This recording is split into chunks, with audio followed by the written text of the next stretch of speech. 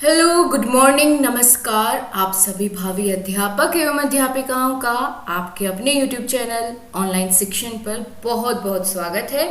मैं हूं आपके साथ अंजलि बालियान और आप सभी साथियों का स्वागत करती हूं।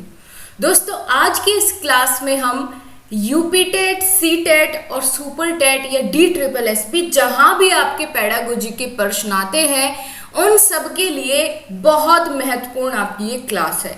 तो टॉप 30 क्वेश्चंस की सीरीज में आज हमारा प्रैक्टिस सेट नंबर 26 है और ईवीएस सब्जेक्ट को आज हमने चुना है और बहुत ही बेहतरीन तरीके के आपके क्वेश्चंस देखने को आपको मिलेंगे और बहुत ही चैलेंजिंग आपका ये सेट होने वाला है। तो देखना ये होगा कि आप सभी कितने प्रश्नों का सही उत्तर दे पाते हैं और जितना भी आपका टोटल स्कोर होगा आपको क्लास के अंत में एक बार कमेंट सेशन में जरूर बताना है। तो चलिए दोस्तों, एक बार फटाफट से लिंक को कॉपी करके अपने सभी ग्रुप्स में शेयर कर दीजिए और हम शुरुआत करने जा रहे हैं अपने आज के बेहतरीन 30 प्रश्नों की। तो पहला प्रश्न है आपकी मोबाइल स्क्रीन पर, जिसमें पूछा गया है कक्षा 5वीं की NCERT की पर्यावरण अध्ययन की पाठ्य पुस्तक में प्रत्येक पाठ के अंत में एक खंड को शामिल किया गया है, जिसमें जो खंड का नाम क्या है, हम क्या समझे। यह सुझाव दिया गया है कि इस खंड में शामिल प्रश्नों के उत्तर का सही या गलत के रूप में आकलन नहीं किया जाएगा। यह परिवर्तन इसलिए किया गया है क्योंकि मतलब पहले तो क्या होता था, प्रश्न पूछ लिया, सही और गलत में उत्तर देना है, लेकिन NCERT की किताबों में पाठ के अंत होने के बाद एक सेशन दिया होता है कि इससे हम क्या समझे, है ना। उसमें वो आपके विचार पूछने की कोशिश करता है वहां पर, ना कि सही और गलत के रूप में केवल वहां पर उत्तर जानना चाहता है। तो ये परिवर्तन क्यों किया गया है ना, इसके पीछे कारण क्या है। तो ऑप्शन ए, यह आकलन में शिक्षकों की सुविधा बढ़ाता है। क्या ये ऑप्शन सही है? देखिए, शिक्षकों की सुविधा की तो यहाँ पर बात नहीं करनी है ना। बी है, यह जानने में शिक्षक की सहायता करता है कि बच्चे कैसे सीख रहे हैं। ये बात बिल्कुल सही हो सकती है, लेकिन हम अगले ऑप्शन को भी साथ साथ एक बार चेकआउट कर लेते हैं। तो यह आकलन में विषय निष्ठता को कम कर देता है। तो ऐसा तो नहीं है कि विषय निष्ठता को कम कर देगा, है ना। तो ये भी इसका उद्देश्य नहीं है कि इस उद्देश्य से इसको जोड़ा गया। आगे है, इस स्तर पर बच्चे सही उत्तर नहीं लिख सकते, उनको फंसाने के लिए यहाँ पर एक लगाया गया है, तो ये भी बात गलत है। तो हमारा सही ऑप्शन कौन सा हो जाएगा? आपने एकदम सही चुनाव कर लिया है। यह जानने में शिक्षक की सहायता करता है कि बच्चे कैसे सीख रहे हैं, क्योंकि बच्चों से जब आप ये पूछेंगे कि बच्चों बताओ हम इससे क्या समझे हैं, इस पाठ से या इस टॉपिक से हम क्या समझे, तो अपने भावों को, अपने विचारों को, जो भी उसके माइंड में कॉन्सेप्ट बना होगा उससे रिलेटेड वो वैसे ही आपको एक्सप्लेन करेगा। तो आपको समझ में आ जाएगा कि बच्चा कैसे सीख रहा है, कहाँ कमजोरी है, उसको पकड़ के फिर उसको उपचार भी करना है। ठीक है, चलो आगे चलते हैं। प्रयोगशीलता खोजना, जांच पड़ताल और प्रश्न पूछना पर्यावरण अध्ययन के सक्रिय अधिगम के अनिवार्य तत्वों का निर्माण करते हैं। एक शिक्षक खाना जो हमें खाना चाहिए की संकल्पना के बारे में बताने के लिए निम्नलिखित गतिविधियों को करता है। ठीक है, एक शिक्षक निम्नलिखित गतिविधियों को करता है ये बताने के लिए, अपना पाठ जो है उसको समझाने के लिए। ठीक है, पाठ का नाम क्या है? खाना जो हमें खाना चाहिए। इस पाठ को इसका कॉन्सेप्ट आपको बच्चे को समझाना है। तो आप कौन से ऑप्शन के थ्रू आप समझाएंगे? शिक्षक होने के नाते आप कौन सा तरीका सबसे बेहतर मानेंगे? ऑप्शन ए, विभिन्न भोज्य पदार्थों के उदाहरण देता है, प्रत्येक में अनिवार्य तत्व बताता है। क्या ये सही इसका तरीका है? या फिर शिक्षार्थियों से कहता है कि सभी संभावित स्रोतों से संबंधित जानकारी एकत्र करें, या फिर प्रकरण पर एक वीडियो दिखा दे कि बच्चों देखो हमें ये खाना चाहिए, ये नहीं खाना चाहिए, क्या ऐसा हो? या फिर शामपट पर उस प्रकार के सभी भोज्य पदार्थों के चित्र बनाता है। तो यहाँ पर कौन सा तरीका सबसे अच्छा होगा जिसमें बालक सबसे ज़्यादा क्या रहता है? बालक सबसे ज़्यादा उसमें इन्वॉल्व रहता है जानने के लिए। तो आपको 3 सेकंड का समय मिलता है। आप बताइए किस ऑप्शन के साथ आप लोग जाना चाहेंगे। दोस्तों, सिर्फ उदाहरण देने और उसके अनिवार्य तत्व बताने भर से बच्चों को चीज़ें क्लियर नहीं हो जाती जब तक वो उसमें अपना दिमाग नहीं लगाते, उनका कॉन्सेप्ट डेवलप नहीं होता है। तो शिक्षार्थियों से कहना कि संभावित स्रोतों से संबंधित जानकारी एकत्र करें, यानी उनको जैसे मान के चलो आपने सब्जियों के बारे में पढ़ाना है, तो आप बच्चों से कहेंगे कि आप घर जाएंगे और देखेंगे कि आपके किचन में कौन कौन सी सब्जियां उपलब्ध है ना, उनका रंग आपको देखना है, कौन सी सब्जी का कौन सा रंग है। फिर मम्मी से पूछना है, अच्छा इसके बारे में, ये कैसे उगती है ना, इसमें कौन कौन से पोषक पदार्थ है। ठीक है, तो मतलब जानकारी इकट्ठा करने की कोशिश करना और जो कमी रह जाए वो विद्यालय में आके पूरी करना। तो इसमें सबसे ज्यादा बच्चे जो है यहाँ पर क्या रहते हैं, एक्टिव रहते हैं, और ये गतिविधि सबसे सही है इस चैप्टर को सिखाने के लिए। तो अगले क्वेश्चन की ओर चलते हैं। यहाँ पूछा गया है आपको, उपर्युक्त 4 गतिविधियों में कौन सी सक्रिय अधिगम को संतुष्ट करती है।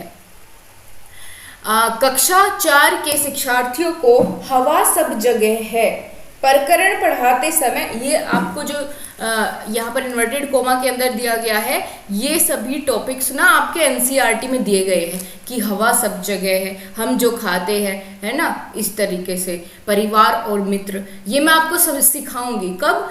अभी आपके लिए बहुत जल्दी एक बहुत बड़ा सरप्राइज आने वाला है दोस्तों, और फिर आप देखिएगा कैसे आपकी चुटकियों में सारी चीज़ें इतनी आसानी से मैं आपको कवर करा दूंगी कि आपको पता भी नहीं चलेगा और आपकी तैयारी बेहतरीन हो जाएगी।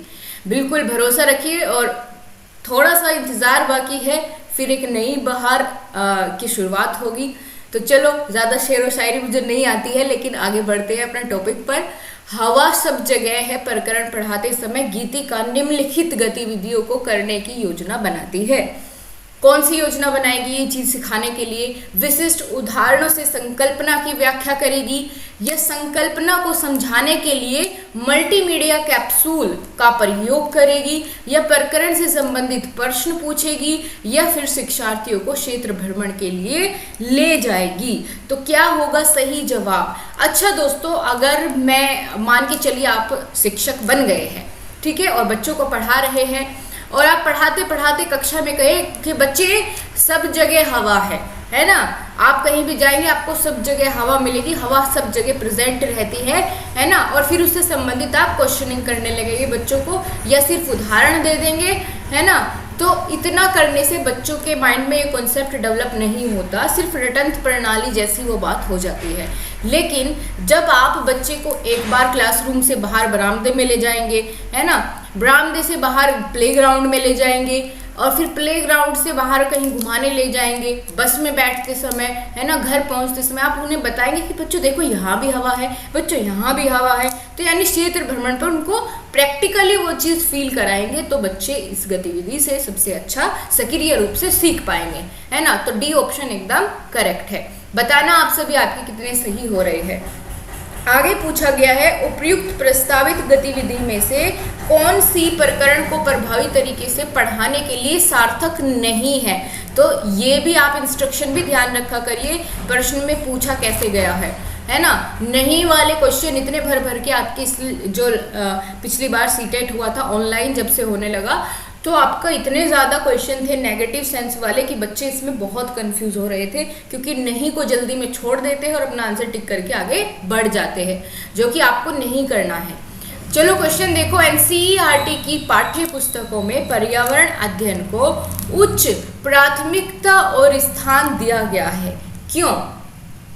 चिंतन और विस्मय के लिए शिक्षार्थियों को अवसर उपलब्ध कराने के लिए, यह तकनीकी शब्दावली की सटीक परिभाषाएं उपलब्ध कराने के लिए। तो देखिए दोस्तों, शब्दावली और परिभाषा रटाने के लिए तो बिल्कुल नहीं किया गया है, इसको तो यही कट कर दो।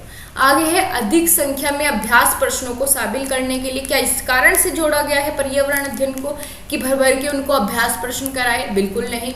डी है, विषय की आधारभूत संकल्पनाओं की व्याख्या करने के लिए।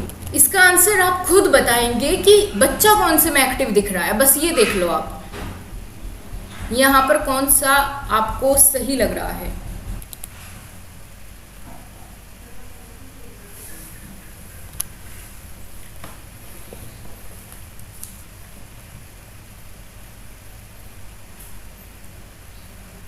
तो चलिए दोस्तों अगले प्रश्न को देखते हैं। पूछा गया है कक्षा 4 के शिक्षार्थियों को हवा सब जगह है प्रकरण पढ़ाते समय गीतिका निम्नलिखित गतिविधियों को करने की योजना बनाती है। यानी यहाँ पर पूछा गया है कौन कौन सी योजना बनाती है।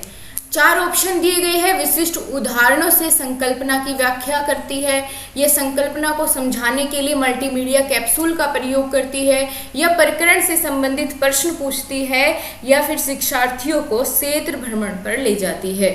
और यहाँ पर इसी प्रश्न से संबंधित एक इंस्ट्रक्शन भी दिया गया है कि उपयुक्त प्रस्तावित गतिविधियों में से कौन सी प्रकरण को प्रभावी तरीके से पढ़ाने के लिए सार्थक नहीं है। तो यहाँ पर देखिए कंफ्यूजन क्रिएट करने के लिए इसका एक इंस्ट्रक्शन लास्ट में दिया गया है और बच्चे बिल्कुल यहीं तक पढ़ के ऑप्शन देख के आंसर करके आगे बढ़ जाते।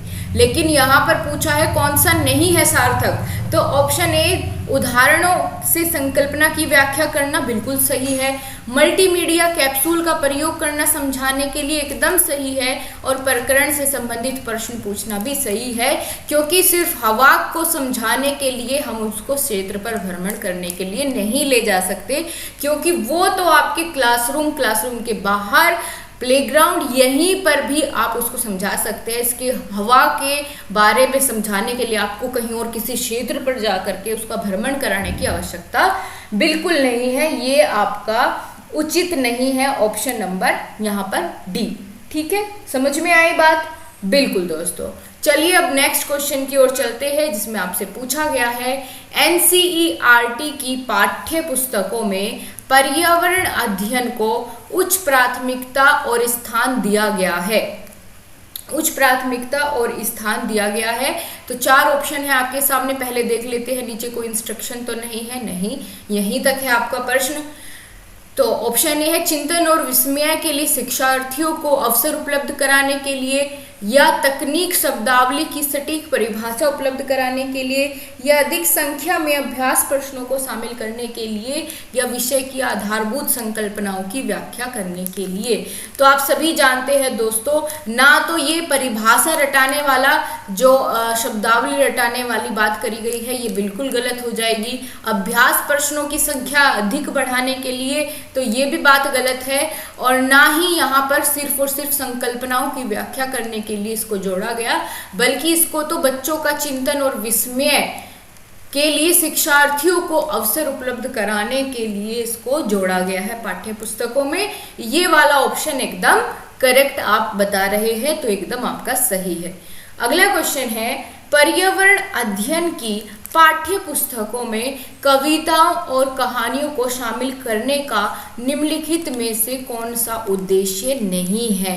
कौन सा नहीं है भाई? आप किस उद्देश्य से कविताएं और कहानियों को पाठ्य पुस्तक में शामिल करते हैं, उनमें कौन सा नेगेटिव है वो ढूंढना है। तो नित्य और एकरस विषय वस्तु में बदलाव करने की वजह से आप ऐसा करते हैं, क्या ये उद्देश्य है या नहीं है? पहले तो यही बता दो। तो ये मेरे ख्याल से ये उद्देश्य नहीं होता है जो कि इसमें पूछा गया है। लेकिन हम आगे भी देख लेते हैं। शिक्षार्थियों को आनंद और मजा उपलब्ध कराने के लिए, बिल्कुल आनंदित करने के लिए ही कविताएं जो है पाठ्य पुस्तकों में लाई जाती है। शिक्षार्थियों में कल्पनाशीलता और सृजनात्मकता योग्यता को बढ़ावा देने के लिए एकदम सही है। विषय में रुचि का विकास करने के लिए, ये भी आपका सही ऑप्शन है। गलत है तो है कौन सा? नित्य और एकरस विषय वस्तु में बदलाव करने के लिए, सिर्फ यही उद्देश्य नहीं होता है। ठीक है, यही हमसे पूछा गया है। आगे चलो अगले क्वेश्चन की ओर। पर्यावरण अध्ययन की एक अच्छी पाठ्यचर्या को बच्चे के प्रति, सही जीवन के प्रति सही और विषय के प्रति सही होना चाहिए। पाठ्यचर्या की निम्नलिखित विशेषताओं में से कौन सी उपयुक्त आवश्यकता को पूरा नहीं करता है? ठीक है, कौन सा पूरा नहीं करता है, तो ये हमें ढूंढना है। ध्यान दीजिए, बहुत ही बेहतरीन सा प्रश्न आपको सारे के सारे ही बहुत अच्छे मिल रहे हैं पेडागोजी के।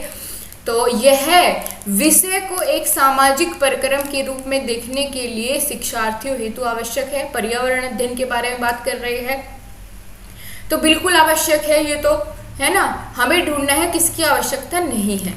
यह शिक्षण अधिगम प्रक्रिया पर अधिक बल देती है। यहाँ पर पूछा है कि क्या ये शिक्षण अधिगम प्रक्रिया पर बल देती है, तो हाँ ये भी ठीक है ना। शिक्षण अधिगम प्रक्रिया अच्छी होगी क्योंकि इसमें बहुत सारी चीज़ें समझाने लायक होगी, क्षेत्र भ्रमण पर ले जाने के लिए ऐसे बहुत सारे ऑप्शन इसमें खुल जाते हैं अलग अलग शिक्षण विधियों का प्रयोग करने के लिए। आगे है, यह शब्दावलियों और परिभाषाओं पर अधिक बल देता है, तो यही सरासर गलत है, यही इसकी आवश्यकता को पूरा नहीं करता है ना, क्योंकि शब्दावली और परिभाषा केवल इनको रटाने के लिए ही पर्यावरण अध्ययन को पाठ्यचर्या में नहीं जोड़ा गया है। आगे है नलिनी कक्षा 3 के शिक्षार्थियों को जानवर हमारे साथ प्रकरण के से परिचित कराना चाहती है। प्रकरण को अधिक रोचक तरीके से प्रस्तुत करने के लिए कौन सी युक्ति सबसे ज्यादा उपयुक्त होगी? तो बताइए कौन सी युक्ति सबसे बढ़िया है जो आप भी इस्तेमाल करेंगे इस चैप्टर को पढ़ाने के लिए अपने बच्चों को? तो ऑप्शन ए है, विभिन्न जानवरों के चित्रों को शामपट पर बनाएंगे आप, या जानवरों तथा उनकी उपयोगिता पर आधारित बच्चों को फिल्म दिखाएंगे, या फिर शिक्षार्थियों को पाठ्य पुस्तकों में जानवरों के चित्रों को देखने के लिए कहेंगे कि आपकी पाठ्य पुस्तक में जो चित्र है इनको देख लो, या फिर विभिन्न जानवरों के चित्रों को प्रदर्शित करने वाले चार्ट का प्रयोग करेंगे। तो इसमें सबसे अच्छा ऑप्शन कौन सा है? जल्दी से जवाब दो। मुझे पता है यहाँ पर आप फंसने वाले हैं बहुत बढ़िया तरीके से, देखती हूँ कौन बता पाएगा इसका सही जवाब। तो यहाँ पर हम चलते हैं सही ऑप्शन की ओर। कौन सा यहाँ पर सही होने वाला है आप भी फटाफट कमेंट करके बताइए। बिल्कुल, जानवरों की उपयोगिता हमारा जीवन उनके बिना कैसे प्रभावित हो सकता है ना। जानवरों की उपयोगिता बताने के लिए और उनके बिना हमारा जीवन कैसे प्रभावित हो सकता है, इस पर आधारित अगर बच्चों को हम क्या दिखाएंगे, फिल्म दिखाएंगे, फिल्म प्रदर्शित करेंगे, तो इस तरीके से सबसे अच्छे तरीके से हम इस चैप्टर को शिक्षार्थियों को सिखा सकते हैं कि जानवर हमारे साथी। ठीक है, इस चैप्टर को हम सबसे अच्छे तरीके से ऐसे यहाँ पर बच्चों को समझा सकते हैं एक फिल्म के माध्यम से, क्योंकि बच्चे जब उसमें आपके एनिमेटेड मूवीज की तरह आपका उसको प्रदर्शित किया जाएगा, बच्चों को उसमें उनकी आवाज़ें वो निकालते हुए है ना कैसे प्रभावित हो रहा है इस बारे में पूरा दिखाएंगे, तो बच्चे बहुत ध्यान से उसको देखेंगे।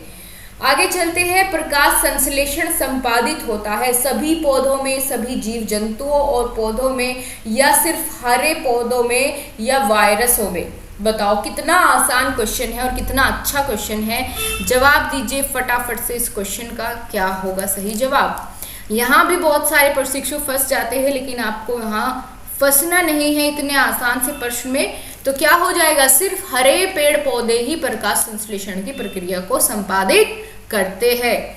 नेक्स्ट है, ध्वनि या ध्वनि प्रदूषण मापा जाता है फोन में, डेसी में, डेसिबल में या फिर डेसिबल में? तो क्या हो जाएगा सही जवाब, किसमें मापते हैं आप ध्वनि को और ध्वनि प्रदूषण को? तो 129 का सही आंसर क्या हो जाएगा दोस्तों, डेसिबल में। ठीक है, किसमें मापते हैं, डेसिबल में मापते हैं। ऑप्शन सी एक सही जवाब है। अगला है, निम्न में से कौन पर्यावरण के लिए हानिकारक है? कागज, कपड़ा, धातु या फिर प्लास्टिक? बहुत आसान और बहुत अच्छा प्रश्न है। बताइए हमारे पर्यावरण के लिए सबसे हानिकारक क्या है इनमें? तो कागज नहीं है, कपड़ा नहीं है, धातु नहीं है, तो फिर है तो है क्या, प्लास्टिक। ठीक है, क्यों? तभी तो प्लास्टिक को बैन किया जा रहा है। यदि वो हानिकारक ना होती तो फिर थोड़े ना प्लास्टिक को बैन करते, है ना।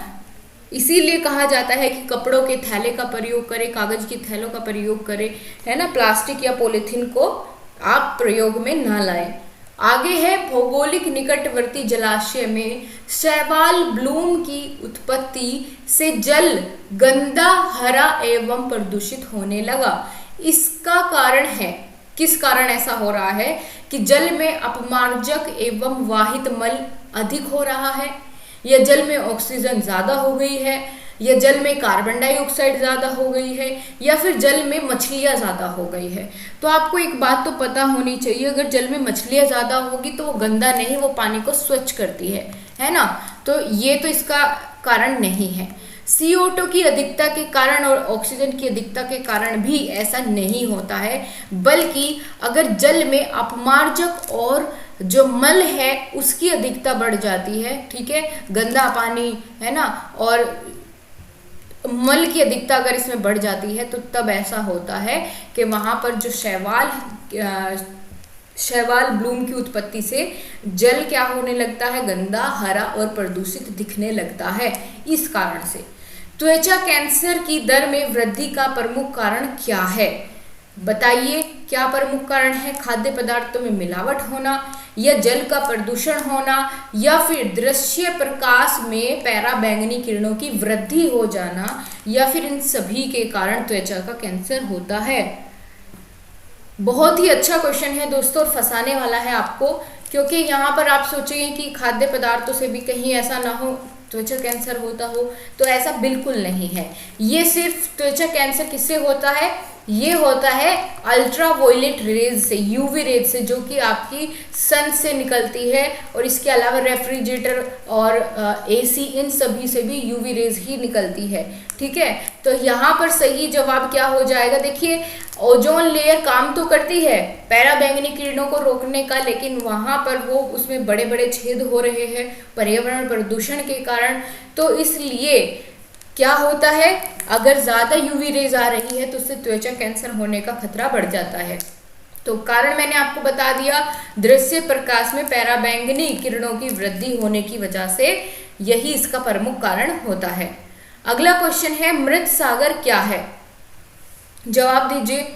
ऐसा सागर जो सभी महासागरों व सागरों से ज्यादा नमकीन है, या फिर ऐसा जिसमें ज्वार भाटे बहुत तीव्र गति से आते हैं, या फिर ऐसा सागर जिसमें जहाज चलाना खतरनाक हो सकता है, या ऐसा सागर जिसका पानी जहरीला है? तो क्या होगा सही जवाब?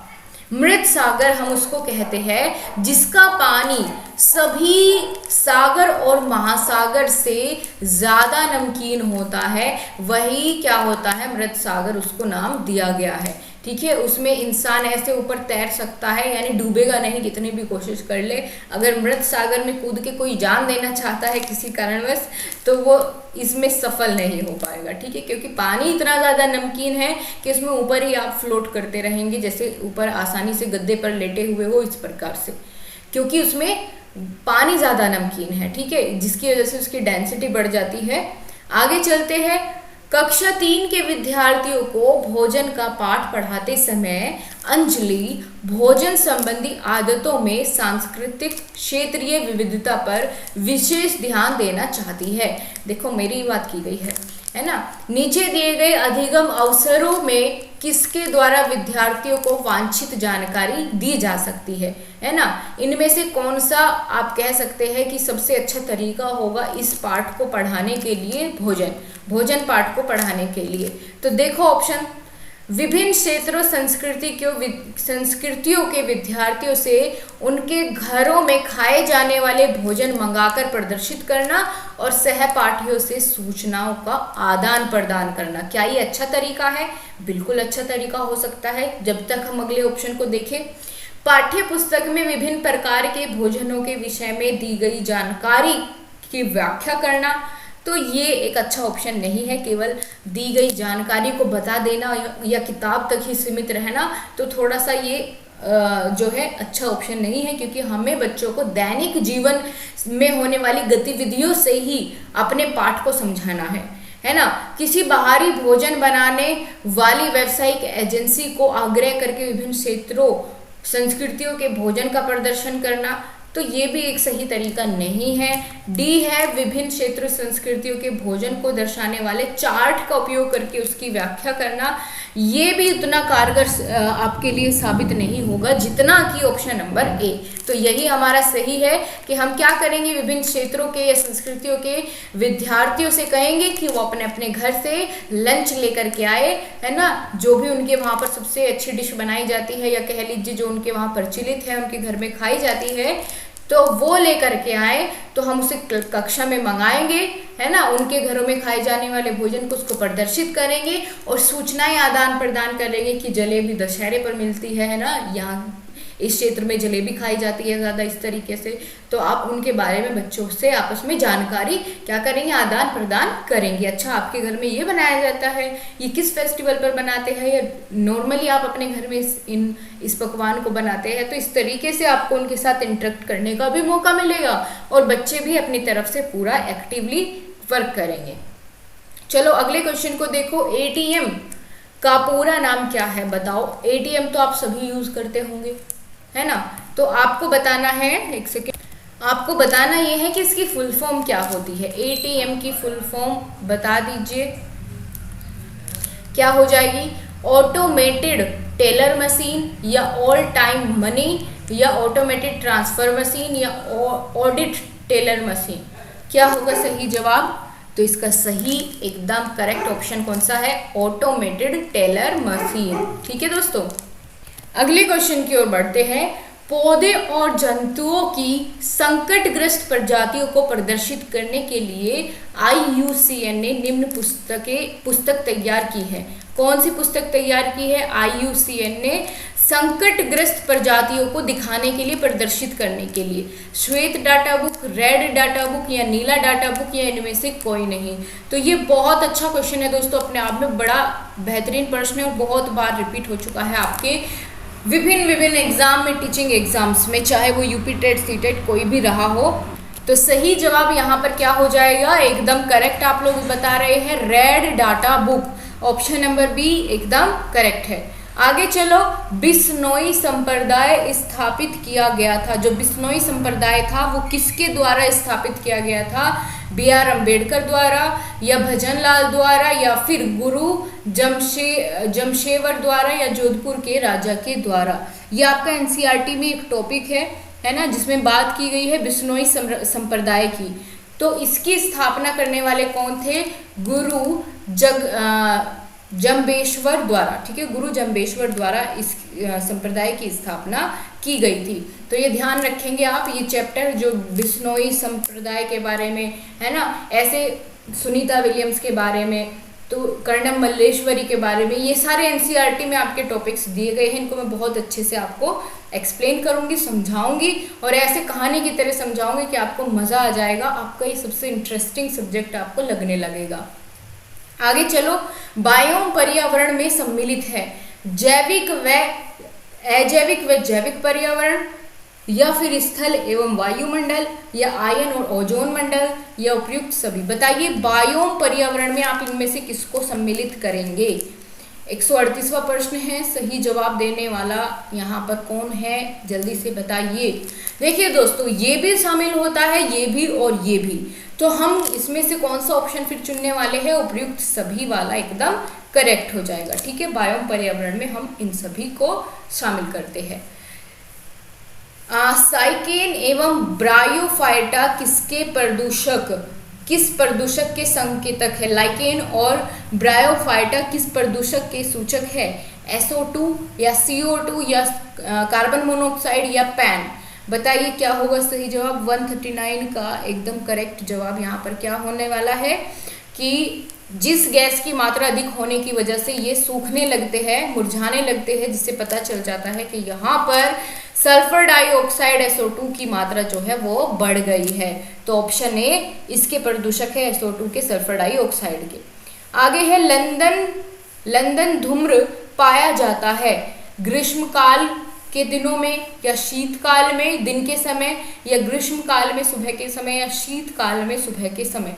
लंदन धूम्र पाया जाता है किस समय।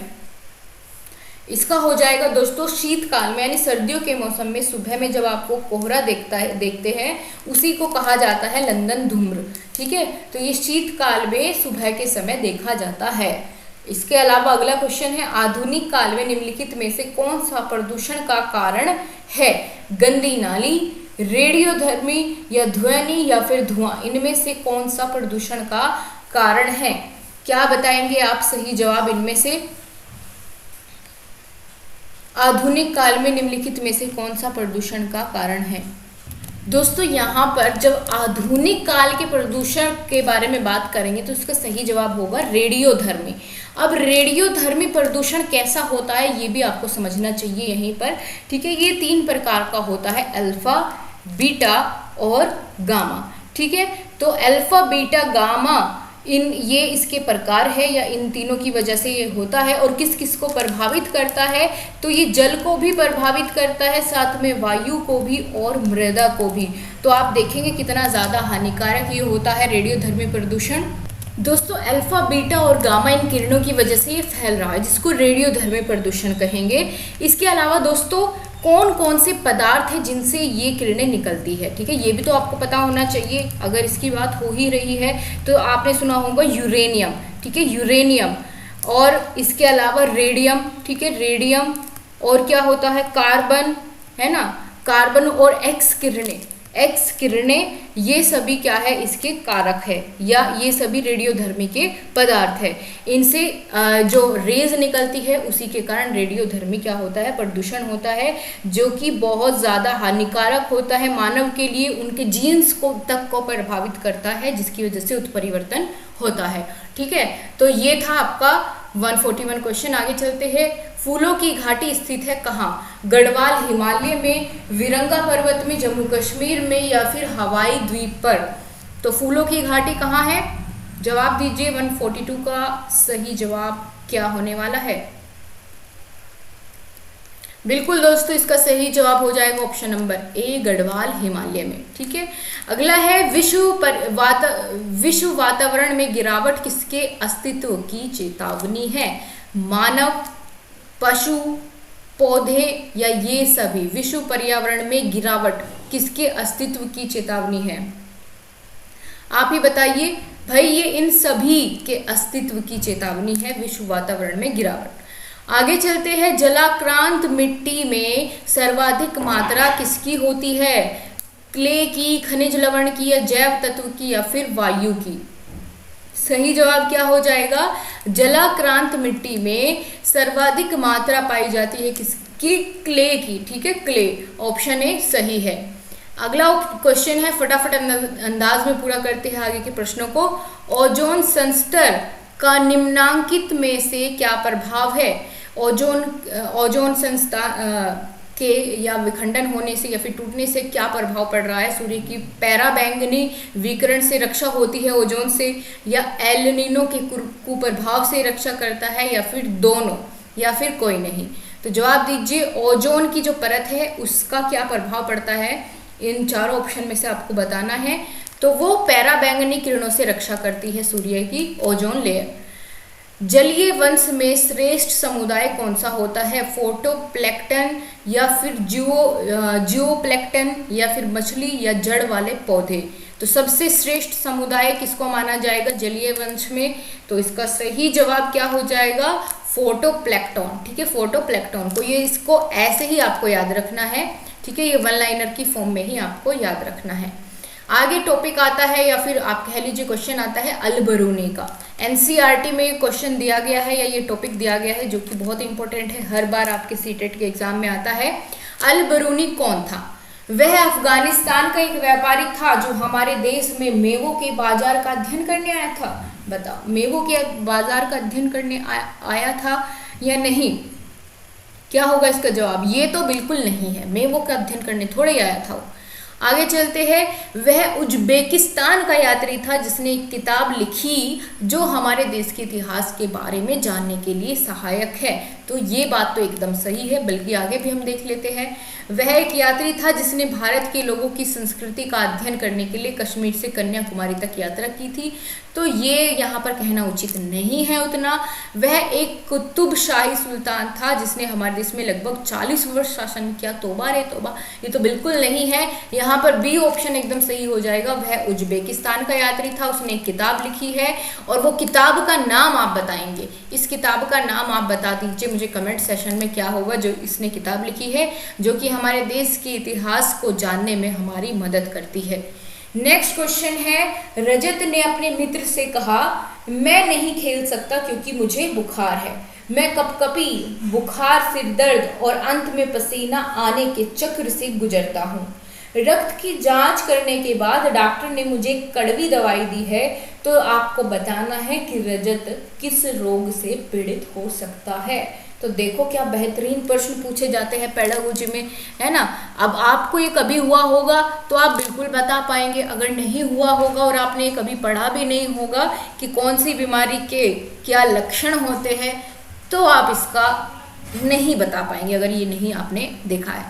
तो बताइए आप, पहले आपको ही मैं थोड़ा सा एक बार समय देती हूँ बताने के लिए। अतिसार, हैजा, मलेरिया या मियादी बुखार, कौन सा बुखार है, ये क्या है?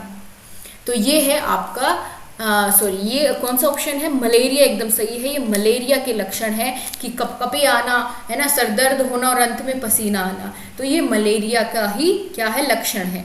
ठीक है, इसमें कड़वी दवाई देता है डॉक्टर। आप कहेंगे डॉक्टर तो सारी ही दवाई कड़वी देता है, हाँ, लेकिन बाकी तो देख लीजिए आप, है ना, बाकी से पता चल रहा है। अगला क्वेश्चन है, उस वैज्ञानिक का क्या नाम है जिसने सर्वप्रथम मच्छर के पेट के अंदर ताक झांक की और यह सिद्ध किया कि मलेरिया मच्छर से फैलता है, तथा इस अनुसंधान के लिए दिसंबर 1902 में चिकित्सा के क्षेत्र में उनको नोबेल पुरस्कार भी दिया गया। उनका नाम क्या था? ग्रेगोर मेंडल, या रोनाल्ड रोस, या जॉर्ज मिस्ट्रल, या चार्ल्स डार्विन? बड़ा अच्छा क्वेश्चन है, जवाब दीजिए। इनके बारे में पूरा बता भी दिया है और पूछ भी लिया है आपसे। तो 1902 में इनको चिकित्सा के क्षेत्र में नोबेल पुरस्कार मिला, किसकी वजह से? क्योंकि उन्होंने मच्छर के पेट में झांक के बता दिया कि भाई यही कारण है मलेरिया का, यही फैलाता है। तो उनका नाम था रोनाल्ड रोस, याद रखिएगा, रोनाल्ड रोस। ठीक है, बहुत अच्छे।